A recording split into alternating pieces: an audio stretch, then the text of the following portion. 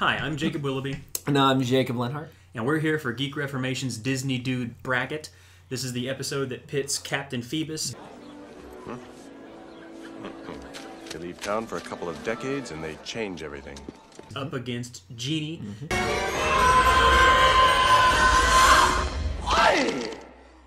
10,000 years will give you such a crick in the neck. In other words, Kevin Kline up against Robin Williams, which is a matchup we always wanted to see. We are joined today by Alexander Bitterling. I'm excited to be here. Oh, thank you. Thank you. We're definitely excited to have you. Okay, so just a couple of basics, reminders before going into this match is that it takes place on a Final Destination type stage, which is done on purpose so that there's no elemental or environmental things that benefit one or the others necessarily, though some may be able to adapt to it better than others. What kind of equipment going into this did we decide that Phoebus had? I think initially we had discussed that Phoebus was going to have his sword and his armor, because that's often how he's portrayed in different things in the movies. He would not have a shield or a helmet, actually, because he usually doesn't have those. He has his helmet at times. But I feel like the more iconic version of him is portrayed without his helmet. True. Is kind of more along the lines of what I'm thinking. Right. And then we had talked about the horse and that he wouldn't have Achilles, Right, because he wouldn't Achilles have is the technically another character. What about Genie? Yeah, on the Genie side, we had pondered whether or not he would be bound by his lamp. And looking at the fact that he's freed at the end of the first movie, and then for the second and third movies, he remains free from the lamp, and those are the primary source material that we're using, we've decided that he will be completely free from the lamp. So there's no lamp present. There's no way that even if Phoebus got a hold of a lamp, it wouldn't mean anything to him. He's completely freed of that going forward. And there's really no other equipment that he has unless I'm forgetting something. I don't think there's anything else. Okay, so we have Captain Phoebus, Yep. an experienced French knight on one side, and we have Genie. Genie, an all-powerful being on the other side, and it says 3, 2, 1, go. What happens? I think you kind of skewed the results when you said French. Let's face it, no one... The French haven't really been feared since they were the Gauls. Kind of shows you what branding can do to a society. I think when we put all of these names into the generator and then it spit out who they would be facing, this was one of the ones, the first one, in fact, that I saw and went, oh, I wish Phoebus was facing somebody else. I think a more interesting one, because like in the movie, Phoebus has come back from a war, but Right. I don't think you get an idea of what war it was. Kind of just going off of history and stuff from that time period, if my memory serves correctly, it would have been something more like the 100-Year War. So he would have been fighting the British. So him versus Robin Hood would have been really fun. Or him versus Li Shang probably would have been more evenly matched. But just throwing him into the random bracket generator and then spitting him out, this is kind of how it comes up. But then you gotta think, if they're really that good enough to go all the way, then it really doesn't matter who they go up against first. Yeah, eventually they would face each other. Yeah, I don't think you're really going to run into much of a rock, paper, scissors sort of thing here, where, well, so-and-so could have beaten so-and-so if he hadn't got knocked out by so-and-so. So. Yeah. So the first thing I thought of actually with Genie as far as him fighting Phoebus is actually twofold. The first thing is that in the third movie he replicates himself like crazy. He replicates himself as a SWAT team and as robots and as a whole cavalry. He goes insane with that. But the second thing was that in the first movie he actually manipulates Aladdin's body structure. During the song Prince Ali and Aladdin is like flexing for the girls, Genie zaps him, and he all of a sudden gets like super ripped with muscles. And if Genie can manipulate your body, even farther than that, he turns Abu into an elephant. that's true. That's true. So theoretically, he could right off the bat do that and turn Phoebus into like a bunny. And then I KO imagine the it's bunny. easy to incapacitate a bunny. Not that I've tried that, but Clearly, you've never seen Monty Python for the Holy Grail. Yeah, I would not turn someone into a bunny. But no, I mean, that's a good point, is that theoretically he could just end it, virtually end it, starting right off, if you can multiply yourself that many times. Or just... I think the main issue, though, with Genie and Phoebus is that neither one is straight off aggressive. I'd actually argue Genie really isn't aggressive at all. Right. He's always more responding to trouble, or, you know, his friends aren't there. His friends need something, so he provides it. He's not very proactive in that way. Kind of the same with Phoebus, is he's more the guard type. He'll run into battle and be proactive when there's someone in trouble. If they're not in trouble, and I think in a Hunchback of Notre Dame 1, you kind of get this idea where he's I think fighting Esmeralda, and she's got the big candlestick. Yeah, the big candlestick. He's not really fighting her. He's just kind of getting out of the way. Yeah, that's because he wants her number. I don't think he's going to run into that with a Genie. That's an entirely separate discussion. But anyway, I think they're both more reactionary characters. Right. Yes. The only time we really see Genie fight anybody is when he fights Jafar in the second movie, and he gets totally owned by him. But Jafar also has the powers of a Genie, and I think the thing with me here is that if Phoebus had the powers of a Genie, I would say Phoebus would probably beat him, just because Genie's not really a fighter. But it's the sheer fact that Genie has, as far as we're concerned, unlimited power. And Phoebus has his sword. I guess one thing that we'd have to consider, though, is the difference of Phoebus being a seasoned soldier, having been in a war. So he's fought before. He would have some understanding of tactics and how to be in a fight. Genie pretty much just kind of jokes around or does whatever. Now, granted, he's got a lot to do with it. So I guess the question is does Phoebus have enough experience and intelligence to combat Genie's being Robin Williams, pretty much? I wonder, though, if Genie would be like that without a crowd. Because you get the sense in the movies that he's fighting halfway to entertain the people, like Aladdin or Jasmine. And he's not just really, like, fighting to take out the bad guys. That's a good So point. if it was just them two on, like, Final Destination, would he be doing any of that? Or would it just be, I'm going to get this over with? And they have the understanding that they're trying to incapacitate the other person. So you're right. I mean, he's not there to entertain. He is there to try and incapacitate Phoebus. One thing is, would Phoebus have any kind of idea about what he was dealing with? Because Genie would probably, I mean, a guy with a sword, he has a general idea. Phoebus, I don't know that he would have any idea what to expect running into this, being from a primarily Catholic culture. Well, he would have you know about parents, stuff like that. He would have dealings with the gypsies and stuff like that, who do bring with them a lot of concepts of magic and things like that. That's true. So he would have a theoretical knowledge, I think, of, I'm going to say a Genie, not the Genie in this case, because, you know, Genie turns... A magical being. Yeah, he would have it in concept. Now, practical knowledge, no. He's never encountered anything like this.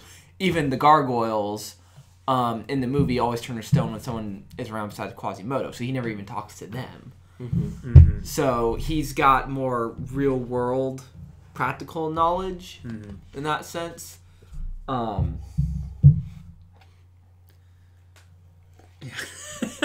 really feel bad for Phoebus. Yeah. Because in my mind I want to go, stand up for Phoebus. No, I can't really stand up for Phoebus. Like I said, if he was going up against Simba or Li Shang or Tarzan or even Beast, maybe, it would be much more of a discussion here, but he was dealt potentially the most powerful character in the entire bracket in Genie. And so personally, I don't see a way out of this for Phoebus, if he can even hurt him. You know, because we see Aladdin swipe at Genie at one point, not to actually harm him, but Genie just dissipates into thin air and then reappears. So if all you've got is a sword. Something, and I don't know exactly if my memory is recalling this correctly. Probably not. Yeah, probably not. Is that I think this might be from the TV shows, which we're not counting, so that's probably why I'm wary of it. Even though Genie is no longer bound to the lamp, I vaguely recall like he still kind of lives in the lamp. Like he still keeps it around, and it's still almost like a memento to him. So I wonder if, under that circumstance, again, if my memory is correct, and we'll need totally look up YouTube clips and stuff like that to find out if I am. Hypothetically, under that situation, the lamp would be there. And in that case, there might be some sort of, I don't know, advantage Phoebus could have by retrieving the lamp or something like that. But he's not bound to it in the same way as like whoever holds the lamp could control Genie. It would just be, if he got a hold of the lamp, he would have some sort of leverage or... Puts his sword to the lamp, don't touch me. Incapacitate yourself where the lamp gets it. But that's the one thing, like, if, let's say theoretically that the lamp was there in some form or fashion, only being familiar somewhat with gypsies, I don't know that he would make any immediate connection with, if I get that lamp, I might have leverage of some kind. Mm-hmm. Any more than Genie might go, well, if I get that blue cloak he's got, I might have leverage over him. Like, he might not last long enough to figure it out. That's good. That's a good point too. Curious random question. Okay. Phoebus is wearing armor. Right. To my knowledge, no one in Aladdin really wears armor. Right. And I thought for some reason there's this thing of like Genie, tries to zap somebody and will like bounce off walls and will bounce off mirrors and reflective surfaces. So he may. So hypothetically, could Genie even have any sort of control over the armor? Because the armor would be that type of surface which would reflect the magic. I don't know, but I don't know that we really even see Genie limitations like that in that kind of thing. I mean, he grows up giant at one point and pulls up the palace and then sets it down somewhere else. I don't think the armor of Phoebus would be something that could be manipulated by him in some form or fashion. I might be wrong, but even then we said that Phoebus doesn't have a helmet. But are you saying initially, if he tried to zap him and bounce back and hit himself, or if not like gosh, what's the word I'm looking for? Yeah, I guess rebound. I can't think of the word. Reflect. But yeah, something like that. It would, I feel like, at least reflect or like diffuse. A boomerang, kind of. But and pulling in a totally different thing here. Like in Star Wars, there are certain armors which the Force doesn't have any power over or control over. Mm-hmm. Or at least there was before Disney got a hold of it. We're not going to go there. Fine. One day, though, we will go there. But anyway, so I think there is something of like magic, at least, kind of having a limitation against certain metals. And I could have sworn there was something about... There's something about like glass or something. Genie's magic reflect bounce off. It could have just been a funny cartoon moment they were trying to make. Yeah, see, that's one thing is that, I don't remember if that's in any of the movies. Like, is that in the second or third movie? Or is that something I'm remembering from the TV show? Because... It's nothing that I remember from the movies. I never saw a ton of the TV show. But, yeah, I don't know. I don't suspect that if there is a metal that Genie's magic would bounce off of, that it would happen to have been used in this French knight's armor. Which isn't his armor gold? It's gold colored. Or is it copper? I don't know.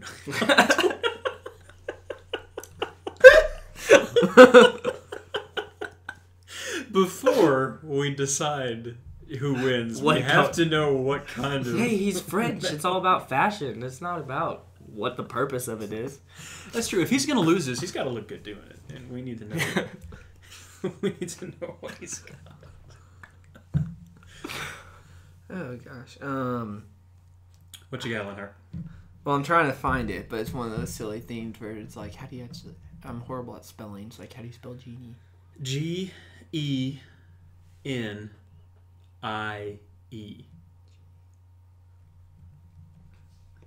Okay. Though if we're talking about the old show from the 60s, It's Jeannie. I Dream of Genie. Love that show. Genie, Disney, Wiki. You guys can go ahead and talk. This is going to take a while.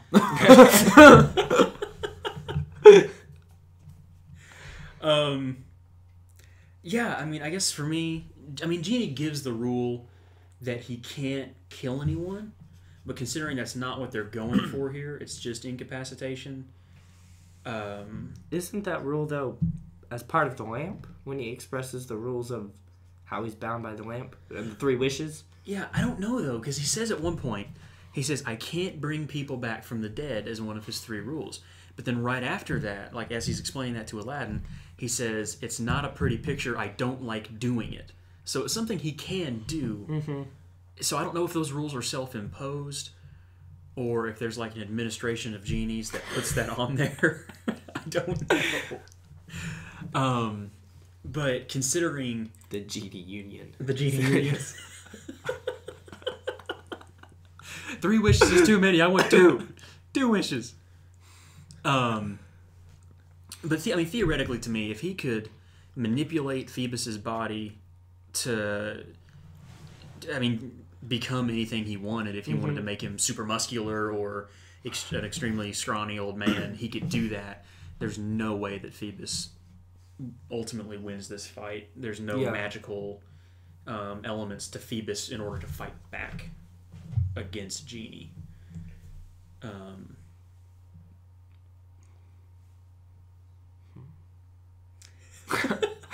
I'm trying to think of a way that Phoebus has a chance. Exactly. That's what I. If his sword had been blessed by a priest before he went on war, and if that blessing had not expired by the time he fights Genie, it might do something against a magical being. I think that what the problem's going to come down to is the fact that when you look at what Genie does, it's like even if you say, okay, Genie's magic doesn't work, like zapping him won't work or anything like that. You still got the fact that he could create traps around Phoebus, that he can grow to the size to pick up Agrabah, and that there's he can multiply himself. Yeah, and, there's no real... I feel like there's no real... Scenario. Again, I can't think of the word. No, not repercussion. What's the word? Penalty. If you're listening and you think of the word, comment below. Please comment below. Yeah, I need to know now. I think it starts with an R. That's going to become a thing each time we do one of these. Lenhart's going to not I'm gonna have forget a a word. And yeah. somebody will have to comment with it. Yeah. Anyway, there's not really much Phoebus could respond with. Right. Maybe his sword is Excalibur. Then he can do something. So Phoebus, in the 100 Years' War, fights Wart from Sword in the Stone, who had Excalibur, kills him, takes Excalibur. So let me finish. Takes Excalibur, and because Excalibur is a magical sword and it's been blessed by a priest, he is able to maybe hurt Genie. So, hold on a second. What we're saying... It's a bit of a stretch. We're saying that the way Phoebus has a chance of being Genie is that a French knight goes to England, beats up a little kid, takes his magic sword, gets it blessed by a priest, upon which there's apparently a time limit. I don't know. I've never had medieval weaponry blessed by a priest. I think warranties on that kind of thing. I think the first problem with that is the fact that I don't think necessarily Arthur and Phoebus would exist in the same time period. Phoebus is a bit later in the medieval period. Towards the end, Arthur would be earlier. That's true. Then he just finds Excalibur, and he doesn't have to beat anybody He finds it in a field. But don't you have to be worthy to pick up Excalibur? He's worthy. No, he's French. He is Kevin Kline, and Phoebus is walking through a field with Achilles, and it pops up out of the grass. Timon hands it to him. So now we're in Africa. And he gets it blessed by a priest. And then he has a chance against Genie. And we just wrote fan fiction. Look for the Geek Reformation comic coming soon about Phoebus' adventure to Africa, where he meets Timon, gets Excalibur, and then has it blessed by a priest. And that's also its official title. It'll only be one issue. So I think we've kind of dragged this out as long as we potentially could. I don't think there's anything else we could really add to this. Do we want to just go ahead and vote? I mean, yeah, I have nothing else. I got nothing. We've resorted to fan fiction and try to make a point here.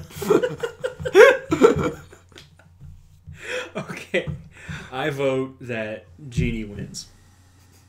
Yeah, I second that vote. Yeah, I really don't see any way around that. Okay. Genie's got it. So Captain Phoebus has been eliminated from the Disney Dudes bracket, and the great and powerful Genie will be moving on to the next round.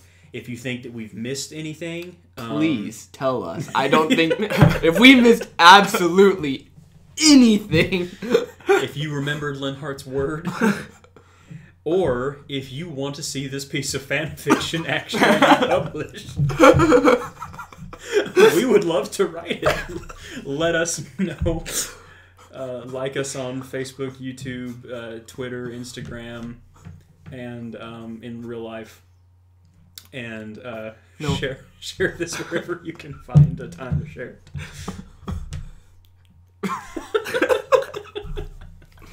We'd like to thank Alexander Bitterling for coming and putting up with us.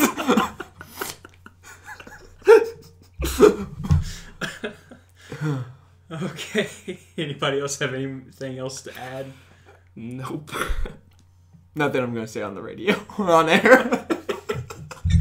This is Geek Reformation. Wishing you all a wonderful day. God bless. See ya.